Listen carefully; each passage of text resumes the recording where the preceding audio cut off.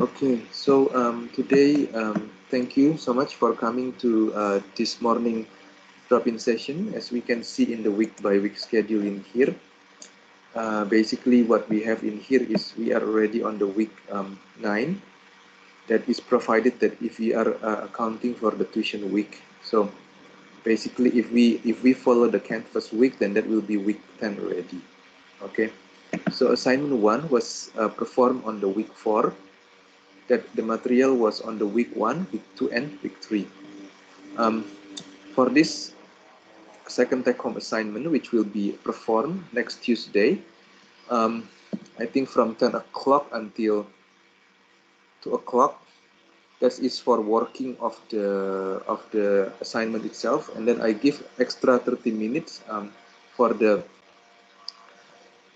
cleaning up of your documents, and then tidying up the things, and then scanning and then submitting into the system. But 2:30 will be the last time. I think I will not open the submission again for any delay. So I have been increasing it basically, so that will be I give you in total 4 hours and 30 minutes. So it will start sharp at 10 o'clock, okay, and then it will close at 2:30. I'm hoping by putting it at 10 o'clock, then those people, those students that basically have a different time zone, then it will help them, okay. While also I have to account for those the one in Malaysia as well, because they may have some other things to be done at that particular day. So that's the basis of my decision. So the materials that will be covered can be anything from the week 4, so that start from the steady state simulation of LAM models part 2 up to this week, basically the dynamic simulation of distributed models. Okay, that's basically what may come out in this and this. And then what I will give today is a little bit of tips, basically to tell you which part you should focus on to prepare your take-home assignment to next week, right?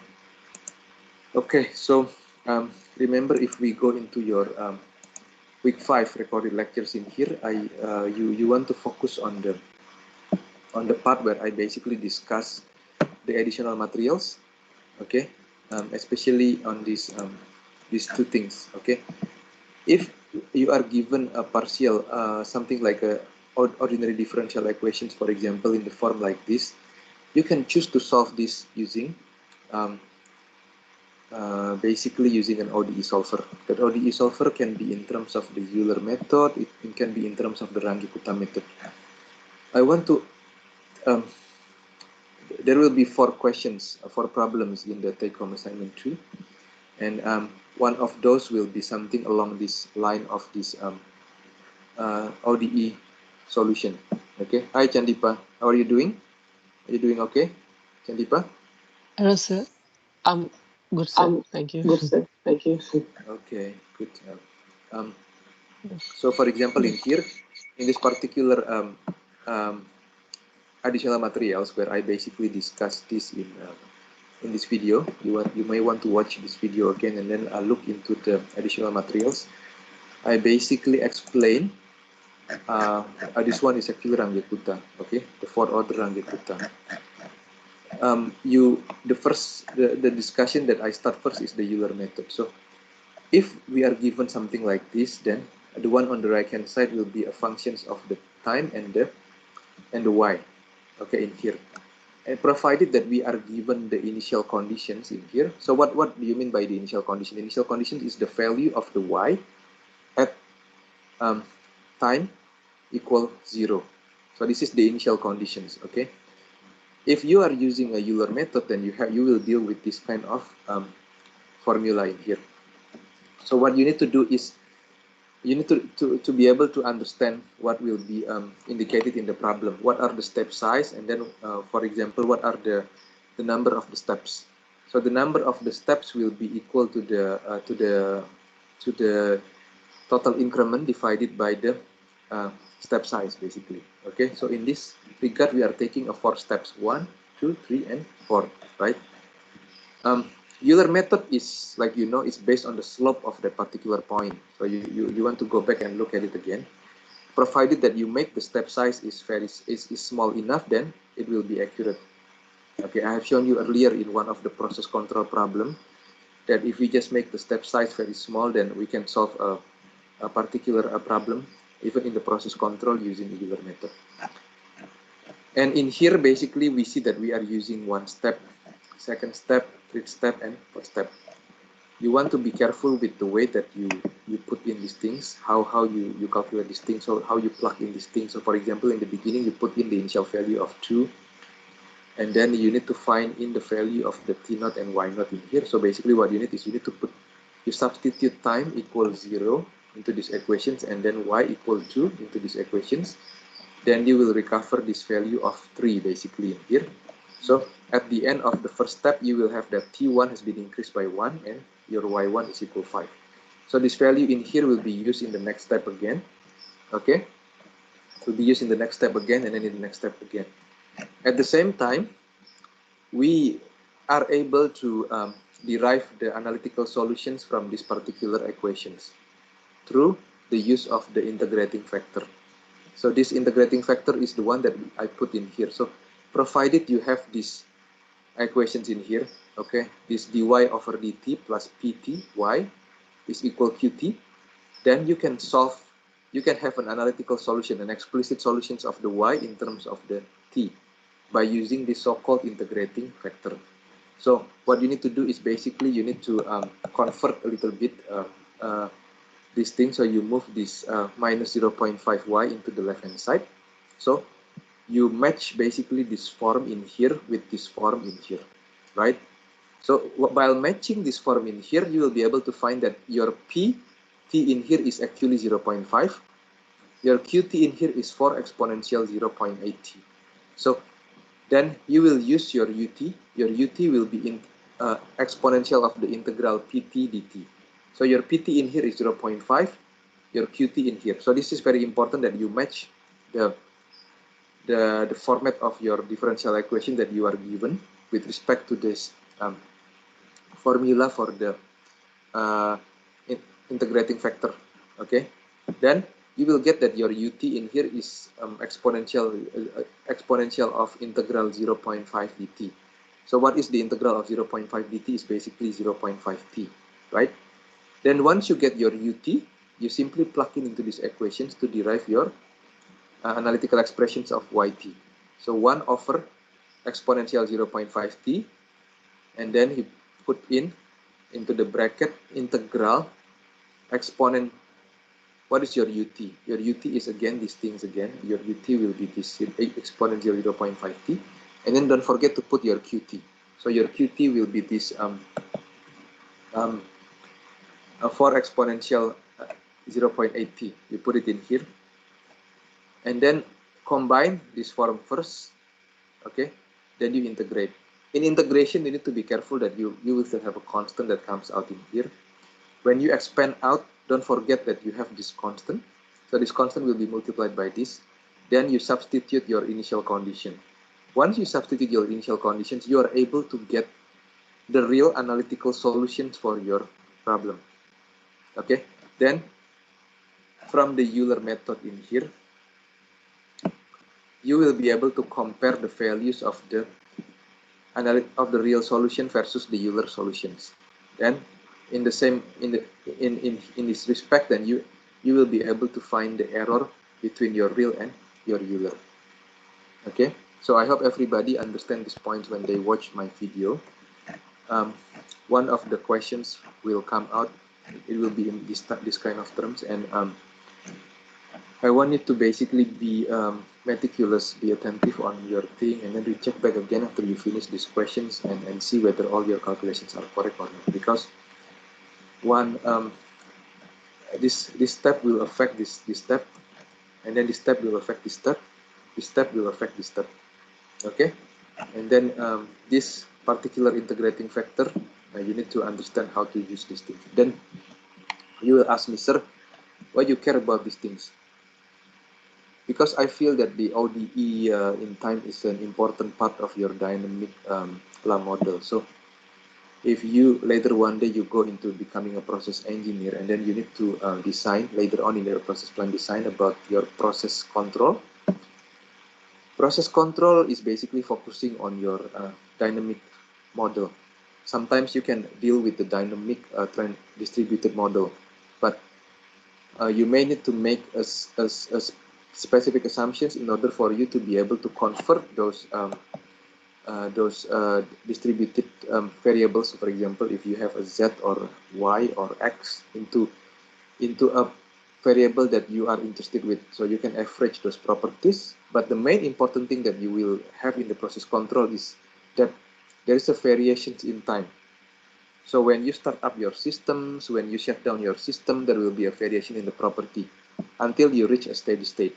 That is provided that if you deal with the regulatory problem. So it's called regulatory problem because most of the time you will operate on your steady state. So first you need to understand the dynamic behavior of your system, and then after that, then you will have to understand what happens if you disturb your system. So if you input, if something change in your flow rate, if something change in the temperature of your flow into the system, then this dynamic model will be very important when you deal with this process control problem. So this is basically the crux or the basis.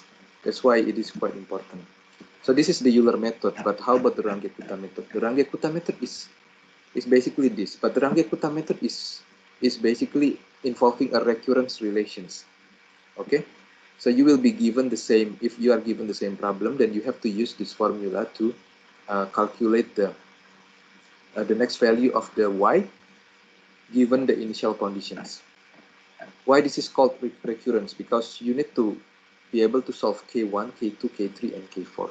Okay, if you only want to use one step size, for example, then you only get one step. Even if you get one step, then you still need a different value of K1, K2, K3, and K4. If you go into my lecture slides, then you notice that this K1, K2, K3, K4 is basically referring into the different slope of your of the derivative within that particular point to achieve a better approximation. So Runge-Kutta method generally will have much lower error than the Euler method. But the thing that you need to understand in here is how it is, the recurrence relations is being implemented in the real condition. So for example, for K1, again, you need to notice that this, the one on the left, the right hand side in here is considered as the functions of the time and the y. So you need to read the problem statement that I give in carefully. Okay. Then the first one you put in the t and then the y, you will get K1. Then K2, it will require K1. Okay, so because the way that this is framed in here, so for example, you see that you have to find out the value of the ti plus half h.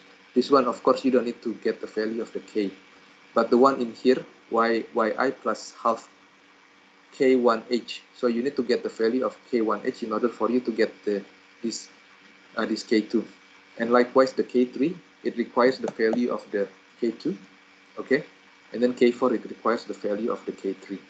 So then sometimes you will come back again to ask me, sir, I don't think that MATLAB code is needed, but this is basically where the MATLAB code is needed, because MATLAB code can basically automate the manual repeated calculations for you. So you just need that to use that for loops or the while loop or something like that in order for you to calculate these things, right? As you can see in here, after you get you use the Runge-Kutta method, then your error will be 0.0997, and you need to be careful in checking what is the error. In here, I define the error against the real solution. So that's why I divided by the real analytical solution in here, which is 6.195 in here, right? So I hope everybody can focus into this to basically check the to basically prepare for the take-home assignment. Okay, and then the other part, one of the problem will come from the development of the distributed model. So the development of distributed model will be something in the regard of something like this. Okay, this is something that I derived in the week 7. It's about the heat transfer in here. Okay, so there is a flow, and then we want in here to determine the temperature as a functions of the time, and in here we are dividing by the partial differential equation. Why I call it partial differential equation? Because you have on the left hand side the derivative of time with respect to time, the temperature with respect to time. On the right hand side, the derivative of the temperature with respect to x variables. So like the one that is shown in here, I may not ask you to solve the partial differential equation, because that to solve a partial differential equations, then you may need to go into a complicated long analytical solutions, or if not, then you have to solve it using the method of lines, like some groups get before. Okay, but what is important in here is the derivations from the first principles. So in here, the density multiplied by the area multiplied by the delta x. So the area multiplied by delta x in here will be the volume of the particular shell elements in here. So the shell elements will be given, but you have to be able to derive those shell elements and then understand how this is coming from. So we are inspecting at this particular shell element, which is the density multiplied by the area multiplied by the delta x, and then the enthalpy in here.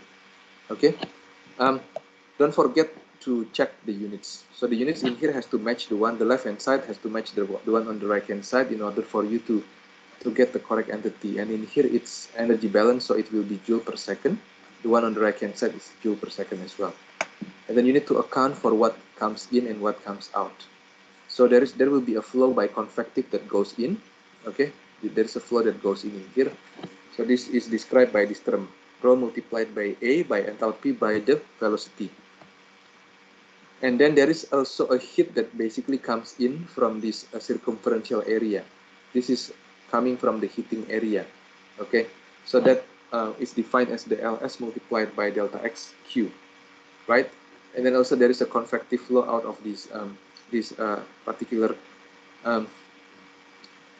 indicator of this particular arrow in here, that will be rho multiplied by A H V, and these indicators in here is defining that this is inspected at x. This one is basically indicating that this one is inspected at x plus delta x. So one is inspected at x, the other one is inspected at x plus delta x. Some of you probably will not be unclear about these things until you go into your momentum transport, but I think you can try to understand this from the example that is given in here, right? Once you put it in here, then there is an assumption that we take in here that delta x in here is basically not a function of time, because delta x in here is just a constant. We take this particular increment in terms in the directions of x. Okay, so basically what will be what will be a function of time is your enthalpy, right? Then this rho and A will be the same. So basically what you put in is just the one on when you inspect it at x plus delta x minus x, and then you have this one that is coming out in here, and then you can divide by rho A delta x. Then you will come with this particular definitions. This particular definitions is the definitions of the derivative in calculus. Okay, so when we take that this delta x approaching 0, then we will basically make that this particular term becomes continuous. Okay, which is what we want, because we want to convert a finite difference term into a continuous derivative term in here. Okay, then we can basically convert that what is this h. H will be equal to the heat capacity multiplied by the T minus T naught. We put it in everything. We check everything correctly. Then we put an assumption that the Cp and the V are constant. Then we can divide by the Cp. So we will recover this particular partial differential equation. So those will be another type of the problem that you will deal with. Okay, so So I have given you a tips on two. So one is the development of the distributed model will be one, and then another one will be on the dynamic simulations of the LA model. Another two problems will come also on the dynamic models. Okay, you go back into your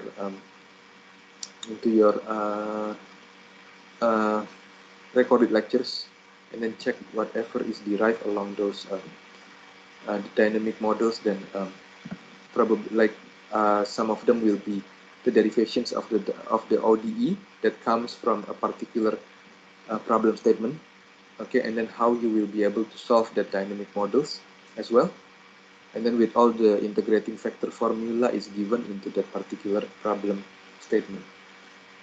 Okay, I think that's all that I can give today. And then next week there will be no more drop-in sessions because I want you to focus on your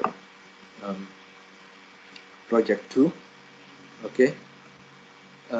If there is anything again that you need, you can consult Miss Lai.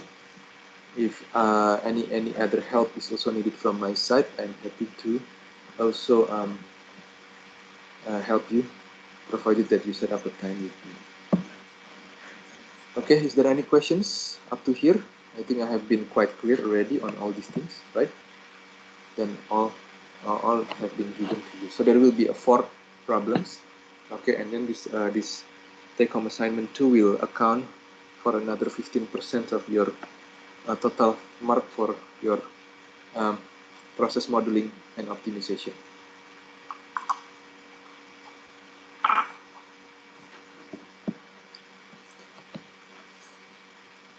Any questions from you? Abdul Kader, any questions? Everything clear today? Yes, sir. Yes, sir. Okay, good. How about Tiara? Tiara, how is it? Is it being helpful already? So now you know that what to prepare, basically, right? Any questions, Tiara?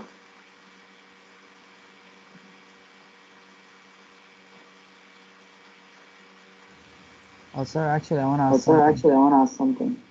Yes, ask me. Sir, will we given the option to select Ekuta or Euler method, or they will tell us which one to use? No, I will not give you an options. I will just ask you to solve it. So you need to understand both Euler and Runge-Kutta method. Okay? All right. What I'm saying is that something with that particular problem statement will come out. Okay? So you need to understand those. Tiara, no questions? Are you there, Tiara? No? No questions, sir. No questions, sir. Gladys, how is it? Is clear? Any questions?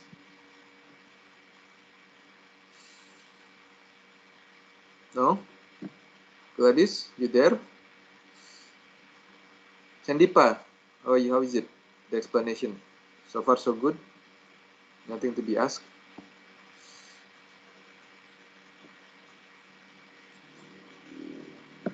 Chandipa, you there? No? No question, Chandipa? No questions. No So far. questions. No, sir. No questions so far. Stephanie,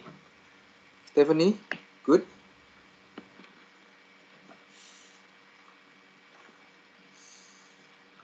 No question? Saif? No questions from No all, sir. questions from all, sir. Okay, good. Kusal? Any question, Kusal? No? Chang Ying? No questions, sir. No questions, sir. Yes, you can get your presentation mark, Abdul Kader, but I don't think there will be much differentiation in the presentation mark. I think most people get quite high for the presentation. What differentiates most is only the report, and then the peer evaluation. The peer evaluation, please be careful when you put in peer evaluation. I will mark. I will just process based on what I put in the peer evaluation. Like I mentioned already. Like for example, I ask you to rank three 3 times 7. So if your group member is like 7, each 7, if your group member have a 3 member, for example, then the maximum mark is 21, 7 times 3. If somebody put in 9, 9, 9, so that will be 9 multiplied by 3, that means 27. Is it correct? 9, 3 times 9. Is it correct? 27, Abdul Kader? 27, right? Then there is a rule in that thing that says that 27 multiplied by 1, minus 1. So the remaining of that from the excess from the 21, which is 6 point, that 6 point will be deducted from your points of the marker. So that point will be deducted on that thing, right? That peer evaluation is basically serving that purpose. So don't just put in that peer evaluation, just click like that. No, for the project 2, I'm reducing the length of the peer evaluation. So I know that everybody probably get annoyed by doing criteria 1 and then doing criteria 2, doing criteria 3. So I will just make it into 1. So I lump all the criteria into 1. But please do it, feel it with the considerate thoughts, like put on that thing, and then think about your other members who are, if for example the group members all are doing okay, then everybody will get 1 in the group members. So this is something that is required to basically make sure that in the group project that everybody will progress in the same page, like they will progress well, all of them. It's like a corrective approach, and this peer evaluation will be applied to you in process plan design 1 and process plan design 2 under Dr. Howe as well. So this will be the first introduction that you will get, and the next semester some of you will do that process plan design 1 and process plan design 2.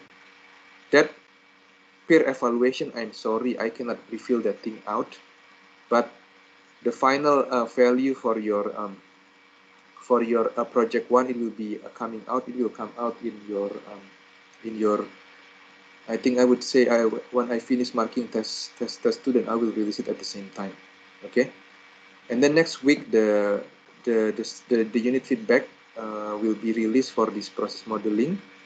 I need your help to spend your time, about 15 minutes, 10 minutes, to help me to give feedback on my unit.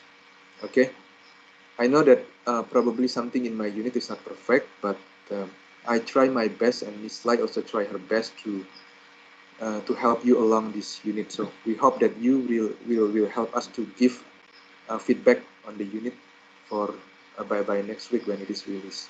Okay, just consider it as something that you can give to help us back again. Okay, for our trying to help you. Okay, let's just make it clear already.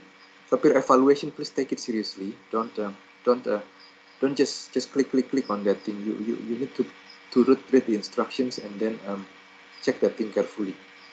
Okay. I think that's pretty much about it. I think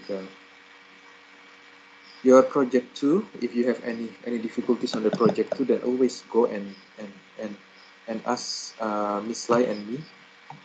And I think that will be all. Because why I ask you project 2 is because project 2 is accounting for 40%. Why process modeling is important? Then you may ask that this unit is so broad, everything is being taught in here, but you imagine I have to cover so much models and also give you a capability to be able to simulate everything. So it is impossible for us to give it in the way that we will cover everything. So we try our best to basically condense the material by not making you saturated because too many materials to put in. But this is why the delivery of this process modeling is given in terms of the projects. Okay, so that you are able to basically utilize what you are given and then apply it on a different problem to build up your confidence and your capability to solve your problem. So that's the thing that we are trying to get. So if you are able to basically get some capabilities on your Aspen HYSYS, then you will be able to implement that thing to design a particular process and do a techno-economic analysis on that particular process.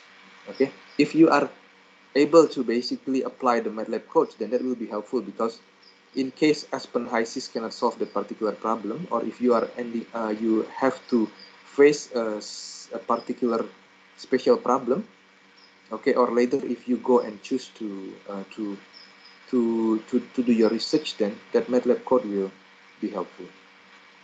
Okay, it will be helpful, and I can assure you that if you are very interested with doing MATLAB in your research project, then you can come to my office and I can just give you a sample of how we apply MATLAB to solve a chemical engineering problems in the real situations. Okay, that will be, so everything that you gain from the process modeling unit is something that will be useful for your career later on. Okay, I think that's it for this morning. Anything else again, then you can always contact me. Okay, thank you so much for coming to this session. I think I will end my stop recording in here, and I wish Thank you, you all have a good lunch, and if not lunch, then probably a good breakfast, Abdul Qadir, your side.